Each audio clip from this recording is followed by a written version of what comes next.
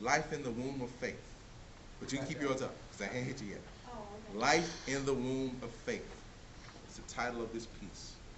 Life in the Womb of Faith. All right, so let's go there and see what we come up with.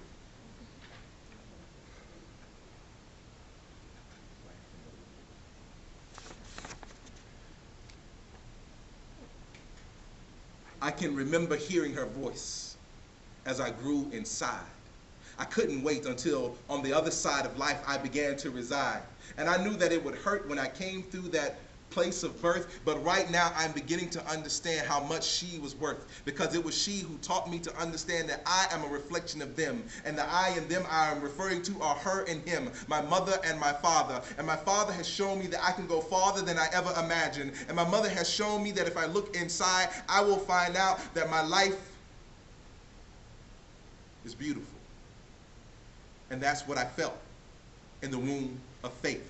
As I began to rise, she told me that I had to be courageous and live as if the sun would allow me to thrive. So every time I see it rise, it makes me want to come and stand tall. And every time I feel like I'm caught up in the midst of struggle, I understand that God has kept me in the midst of it all. So right now, I'm not worried about who I will become, because I know that I am made in his image and his likeness, and I am a sacred son. And so right now, I just want to take you to school. Actually, I want to take you to school more than once. I'm going to take you to school twice, because I'm just giving a little lesson about what it means to live your life. Can you begin to prioritize your priorities so that you won't live in a state of confusion where you feel confused? Because right now, I'm not trying to amuse and I'm not trying to tease, but I'm trying to help you believe that you can be someone who is loved and adored and someone who is healthy, wealthy, and wise. Because every time I look into your eyes, I see that same reflection that I saw when I realized that I too come from the sunrise. And so I'm taking my creative breath and I'm blowing it into your heart and mind, so that hopefully you will begin to realize that you are also made in the image of success. Actually, I'm trying to help you understand that you don't have to settle for second best. I'm trying to help you understand that you don't have to be anything less. So if you can be faithful, you will also be successful. And if you can be successful,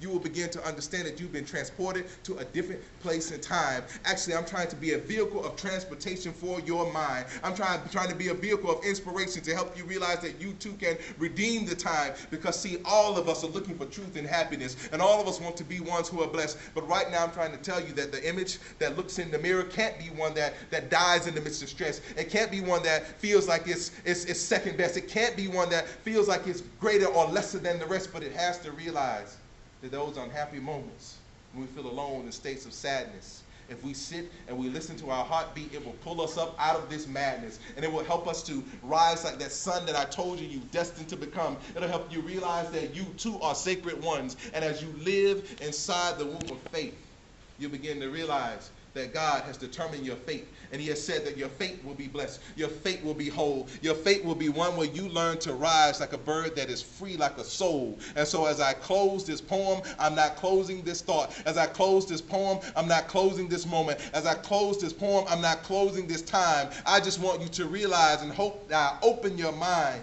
to the reality that you too are sacred, holy, powerful, and divine. Bless you.